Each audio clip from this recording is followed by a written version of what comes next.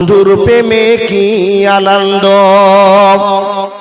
কেউ তো জানে না, প্রেম বিনে প্রাণ বন্ধুরে দেখা পাবি না।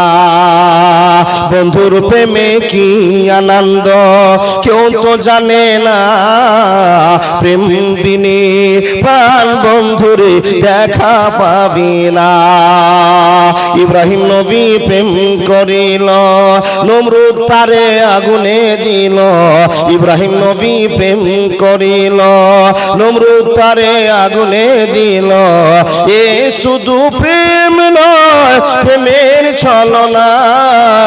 প্রেম বিনে প্রাণ বন্ধুরে দেখা পাবে না।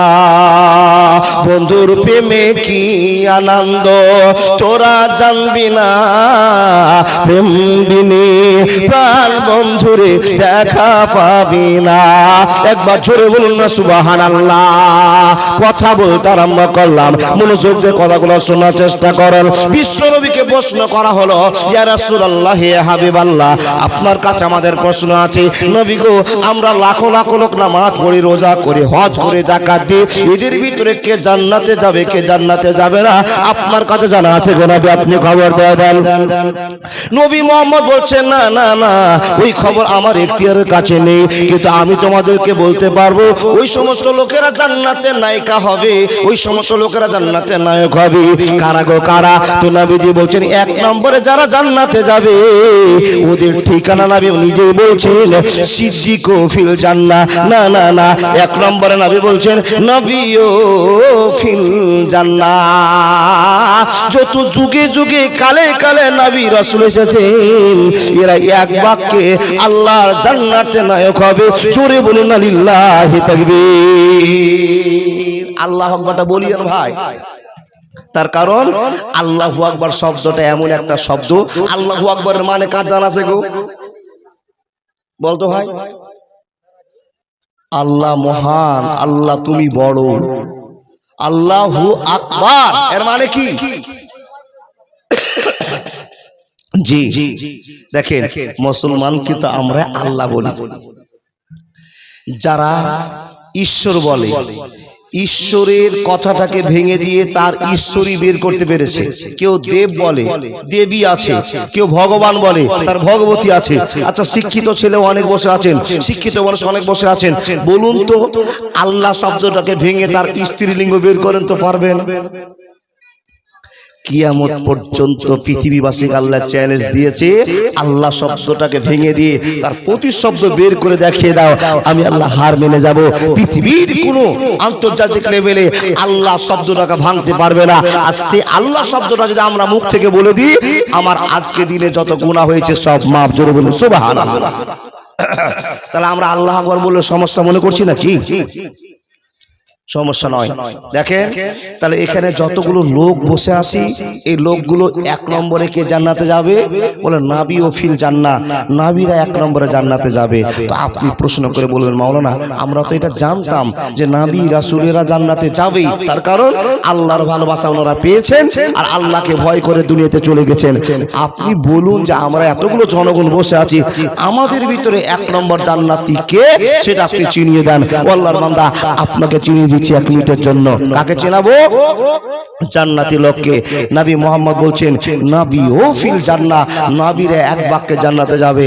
আপনি বলবেন, মাওলানা নবীরা যে আমলগুলো করেছে, সে আমলগুলো যদি আমরা করি তো আমরা জান্নাতি হব কিনা? এই প্রশ্নের উত্তর আপনি দেন। হ্যাঁ গো বাবা, নবী মুহাম্মদ যা আমল করেছেন, ইব্রাহিম নবী যা আমল করেছেন, ঈসা নবী যে নবী আমল করেছেন, এই নবীদের অনুসারী অনুগামী যদি আপনি হতে পারেন তো আপনি জান্নাতে চলে যাবেন। মাওলানা বলুন তো ওনারা কি করেছেন? তাকান ভাই, আমার দিকে তাকান। ওনারা কি আমল করেছেন? একটা আমলের কথা আপনাকে বলি, ওনাদের জীবনে যদি ভুল হয়ে যায় তো সঙ্গে সঙ্গে আল্লাহর কাছে কেঁদে কেঁদে ক্ষমা করে মাফ করে নিয়েছেন।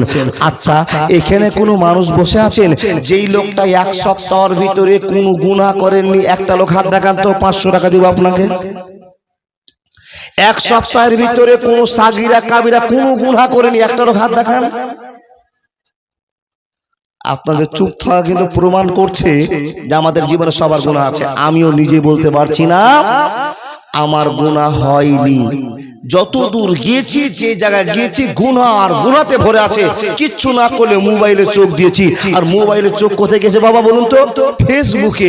আর ফেসবুকে চোখ লেগে গেলে বাবা উজু আর থাকবে না। বুঝাতে পারেনি? কিছু যদি গুনাহ না করে থাকে তো মোবাইলে হাজারটা গুনাহ হয়েছে, কথা ঠিক না ভুল? ও আল্লাহর বান্দা, তাহলে আমাদের গুনাহ হয়ে গিয়েছে, কিন্তু আমরা সারা দিন মোবাইল চালিয়ে দেওয়ার পরে রাত 12টার সময় যখন ঘুমাতে গেলাম, 11টার সময়, 10টার সময়, 9টার সময় ঘুমাতে গেলাম, তখন কি আমরা বলেছি আল্লাহ যে মোবাইলটা দেখেছি আর দেখবো না, তুমি আমাকে ক্ষমা করে দাও? কেউ বলেছি? না, তাও বলিনি। ও আল্লাহর বান্দা, তাহলে আমাদের জীবনে গুনাহ আছে। দ্বিতীয় নাম্বার লোক আছেন নাকি দেখেন তো? ও আল্লাহর বান্দা, কি লোক? যে এই যে মসজিদে আযান হচ্ছে, নামাজ পড়তে গেলেন, আর নামাজ পড়তে গিয়ে নামাজ পড়লেন, মসজিদে যত মুসাল্লি আছিল নিজের নিজের বাড়িতে সব চলে গেলেন, কিন্তু আপনি লোকটার বাড়ি গেলেন না কেন? মনে হয় আজকে দিন আপনার কোনো গুনাহ হয়ে গেছে। এই কথা চিন্তা করতে করতে করতে মসজিদের মাটিতে হাত তুলে কাঁদতে কাঁদতে কাঁদতে চোখ থেকে ঝট করে একটা ফোঁটা পানি মাটিতে পড়ে গেছে। কোন লোক আছেন? কেউ আছেন ভাই? নাই, নাই। তার কারণ দুনিয়া আনন্দে ভরে গিয়েছে, শখ উঠেছে, আমরা দুনিয়াকে প্রাধান্য দিয়েছি, আখিরাতকে ভুলে গিয়েছি। চোখের পানি শুকিয়ে গেছে, অন্তরটা পাথর হয়েছে, কথা ঠিক না ভুল? বন্ধু আমার শুনুন, একটা গুনার কথা আপনাকে বলে যায়, এখানে যতগুলো মানুষ বসে আছি কোনো না কোনো গুনাতে আমরা ফেসে আছি। অরিজিনাল ভাবে কেউ হাত দেখাতে আমরা পারবো না। বন্ধুরে আমার, হাজার গুনাহ করার পরে আমরা এখানে একজন লোক না আল্লাহর কাছে তওবা করেছি, কিন্তু রব্বুল আলামিন বলেছেন ইল্লা মান তাবা ওয়া আমানা ওয়া আমিলা আমালান সালিহান ফাউলাইকা ইউবাদদিলুল্লাহু সাইয়্যাতিহিম হাসানাত ওয়া কানা আল্লাহু গফুরুর রহিমা। বন্ধুরা আমার, কথা বলতে আরম্ভ করলাম, মনোযোগ দিয়ে শুনে যান। একটা লোক আল্লাহর কাছে আমরা ক্ষমা চাইতে পারলাম না, কিন্তু একজন নবীর কথা আপনাকে এখনই বলে যাব। নবীটাকে আপনি চোখে দেখেননি, আপনি কানে নাম শুনেছেন, তাই তো নবীটার সঙ্গে আমাদের পরিচয় আছে। সেই নবীটার নাম হলো ইব্রাহিম আলাইহিস সালাম। চিনেন? এই যদি মাথা ঝুঁকাচ্ছে, ও বাপ, ইব্রাহিম নবীকে চিনেন? চিনেন না তো মাথাটা এদিকে ঝুঁকবে, এদিকে ঝুঁকে গেছে, ঝোঁকে হয়েছে মাওলানা, ওটা ঝোঁকে হয়েছে না? জি দেখেন, ইব্রাহিম নবীকে আমরা চিনি না, কানে শুনেছি ইব্রাহিম নবী একজন ছিলেন, আমাদের জাতির জনক, তার নাম ইব্রাহিম আলাইহিস সালাম। ও আল্লাহর বান্দা, আমি জেনা করেছি, মদ খেয়েছি, মানুষ মার্ডার করেছি, মাকে কষ্ট দিয়েছি, এরকম হাজার অপরাধী লোক আছে কিনা? থাকতে পারি। বসে আছি, জেনা করেছি, মদ খেয়েছি, আর কিছু না খেলে তো বিড়ি খেয়েছি। হাজার বার দিনে এক মোটা 25টা বিড়ি খেয়েছেন, কিন্তু আল্লাহর কাছে ক্ষমা চাইতে টাইম পাননি। আল্লাহ বলছেন বান্দা, বান্দার কাজ গুনাহ করা, আল্লাহর কাজ বান্দাকে ক্ষমা করা। তাহলে কালকে থেকে মদ খাবো, জেনা করবো, তাহলে আল্লাহ ক্ষমা করে দিবেন? ক্ষমা করে দিবেন, কিন্তু কবা? কবা? ও আল্লাহর বান্দা, আপনি যদি বলে মোবাইলের মতো তওবা করেছি, মোবাইল দেখছি বারবার, আবার রাতে আস্তাগফিরুল্লাহ বলে ঘুমিয়ে গেলাম, সকাল হলো আবার ফেসবুক চালু করে দিলাম, ও আল্লাহর বান্দা, এই গুনাহ আপনার ক্ষমা হবে না। যেটা বারবার করবেন আল্লাহু আলাম, আল্লাহ জানেন। কিন্তু বন্ধু আপনাকে বলে যায়, আল্লাহ দয়ার সাগর, আপনি যদি করজোড় করে কাঁদতে বলেন ক্ষমা করে দিতে পারে। কিন্তু দেখেন ইব্রাহিম নবীর গল্প আপনাকে বলে যায় কি, ইব্রাহিম নবী জিনা করেননি, মদ খায়নি, চুরি করেনি, মানুষ মার্ডার করেনি, মা বাপকে কষ্ট দেয়নি। কি করেছে? আল্লাহকে একটা প্রশ্ন করেছে। কি প্রশ্ন করেছে? কাইফা তুহিল মাউতা, আল্লাহ তুমি কে দেখাও, তোমার যে এত শক্তি, তোমার যে এত গুণ আমি বর্ণনা করছি, তুমি আমাকে একবার দেখাও, মরা মানুষকে তুমি কি করে জিন্দা করবে, একবার দেখাও। কে প্রশ্ন করলেন? ইব্রাহিম নবী। কাকে? আল্লাহকে। এটা কম বড় কথা গো বাবা? কিন্তু ইব্রাহিম নবী যে খালিল, আল্লাহ বলছে তুমি আমার দোস্ত, তুমি আমার বন্ধু, ইব্রাহিম তুমি আমার প্রচার করো। আল্লাহ কি প্রচার করব? তো আল্লাহ শিখিয়ে দেব, বলছেন এই ইব্রাহিম তুমি বলে দাও, আমার আল্লাহ মানুষকে জিন্দা করতে পারে, আমার আল্লাহ মারতে পারে, আমার আল্লাহ সব হিসাবের ব্যবস্থা করতে পারে।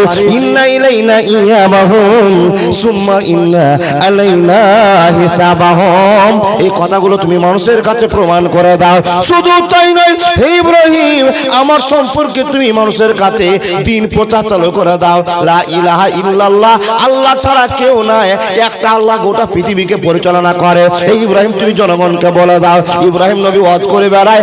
আমরা যেরকম বক্তারা আপনাদের সামনে ওয়াজ করার জন্য দক্ষিণ দিনাজপুর থেকে এসেছি, বন্ধুরা আমার, এরকম ওয়াজ করার সময়তে হাজার মানুষ বসে বসে বক্তব্য শুনছেন। কিছু কিছু লোক এসে ইব্রাহিম নবীকে জিজ্ঞেস করে বলছেন, ও নবী ইব্রাহিম, আপনি এত সুন্দর করে আল্লাহর ওয়াজ করছেন, কিন্তু আপনার কাছে আমার প্রশ্ন, আমাদের প্রশ্ন, এই ইব্রাহিম তুমি আল্লাহকে কি কোনদিন চোখে দেখেছো নাকি? ইব্রাহিম বলছেন, না না আমি চোখে দেখিনি। এই ইব্রাহিম, তাহলে তুমি বলে দাও যে আল্লাহকে চোখে দেখোনি, যে আল্লাহকে হাত দিয়ে ধরনি, যার গন্ধ তুমি পাওনি, আল্লাহর শক্তি সম্পর্কে তোমার কেমন করে ধারণা হয়ে গেল, আর তুমি লোকের সামনে বক্তব্য করে বেড়াও? এই ইব্রাহিম, তোমার আল্লাহর এত শক্তি তোমার জানা না, আর তুমি বুক ফুরিয়ে এত লোকের সামনে বক্তব্য রেখে বেড়াও, তোমার ভয় ভালোবাসা কত হয়ে গিয়েছে? ইব্রাহিম নবীকে বারবার প্রশ্ন করে। এই প্রশ্নের জন্য নবী ইব্রাহিমের মনটা দুর্বল হয়ে গিয়েছে। এমনটা সমাতে ইব্রাহিম নবী আল্লাহকে বলতে আরম্ভ করেছেন, হে রব্বুল আলামিন, তোমার কাছে ছোট্ট একটা প্রশ্ন আমি করব। আল্লাহ বলছেন, ইব্রাহিম কি প্রশ্ন করবে, করে নাও। রব্বুল আলামিন, আমি যখন বক্তব্য রাখতে যাই তো লোকেরা তোমার সম্পর্কে বারবার আমাকে প্রশ্ন করে, ইয়া রব্বুল আলামিন, তাই তো তোমার কাছে একবার আমার প্রশ্ন, আল্লাহ গো, তুমি মরাকে কেমন করে জিন্দা করবে, তুমি আমার চোখের সামনে একবার দেখিয়ে দাও, তাহলে আমার অন্তরটা আরো কঠোর হয়ে যাবে, আরো শক্ত হয়ে যাবে। যখন এই প্রশ্নটা ইব্রাহিম নবী করা, আল্লাহ বলছেন, এ বন্ধু ইব্রাহিম, তুমি কি জানো না আমি আল্লাহ তোমার কাছে এই শক্তিটা দেখাবার জন্য একটা খেলা চালু করে দিলাম। ইব্রাহিম রে, মরাকে জিন্দা করতে অসুবিধা হবে না, হবে না, হবে না। আমাদের তুমি সব কিছু দিয়ে নিজে কি পেয়েছো প্রভু আমার, কয়টি মানুষ শির নত করে তোমাকে বোঝায় হক তোমার, তোমাকে বোঝায় হক তোমার। যাহাদের তুমি জন্মদান নিলে শ্রেষ্ঠ জীবের কোলে, বিনিময়ে তুমি অপসনা চাও কোরআনে ঘোষণা দিলে। হারামের তারা ডানা সাজিয়ে গরম করিল পাপ বাজার, আমাদের তুমি সব কিছু দিয়ে নিজে কি পেয়েছ প্রভু আমার, কয়টি মানুষ শির নত করি তোমাকে বুঝায় হক তোমার।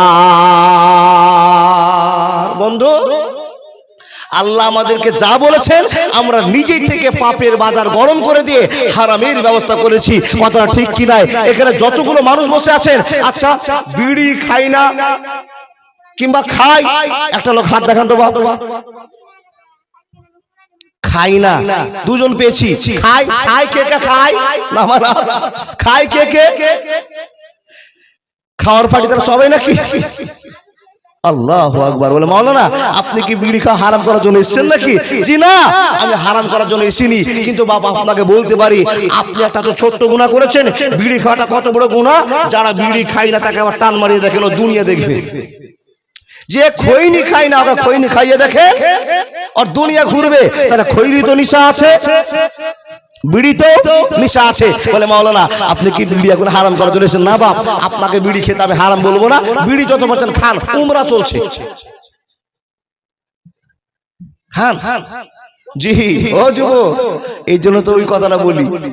মুরব্বীকে যদি জিজ্ঞেস করি, বাপ কেন বিড়ি খাচ্ছ? বলে, মুরব্বী সাহেব তোমরা দলিল দাও বিড়ি খাওয়া হারাম, আমার দলিল আছে বিড়ি খাওয়া জায়েজ। তোমার দলিল কি আছে? বলে, আমি দুয়া বলে বিড়ি খাই। কি বলে বিড়ি খাও? দুয়া বলে। কি দুয়া গো চাচা? বলে, আল্লাহুম্মা বারিক লানা ফিমা বিড়িটানা। যদি বলুন নাউজুবিল্লাহ। এইরকম কোম্পানির মানুষ দুনিয়াতে আছে যারা মুলবিকে ছোট করার জন্য, বক্তাদেরকে ছোট করার জন্য নিজে থেকে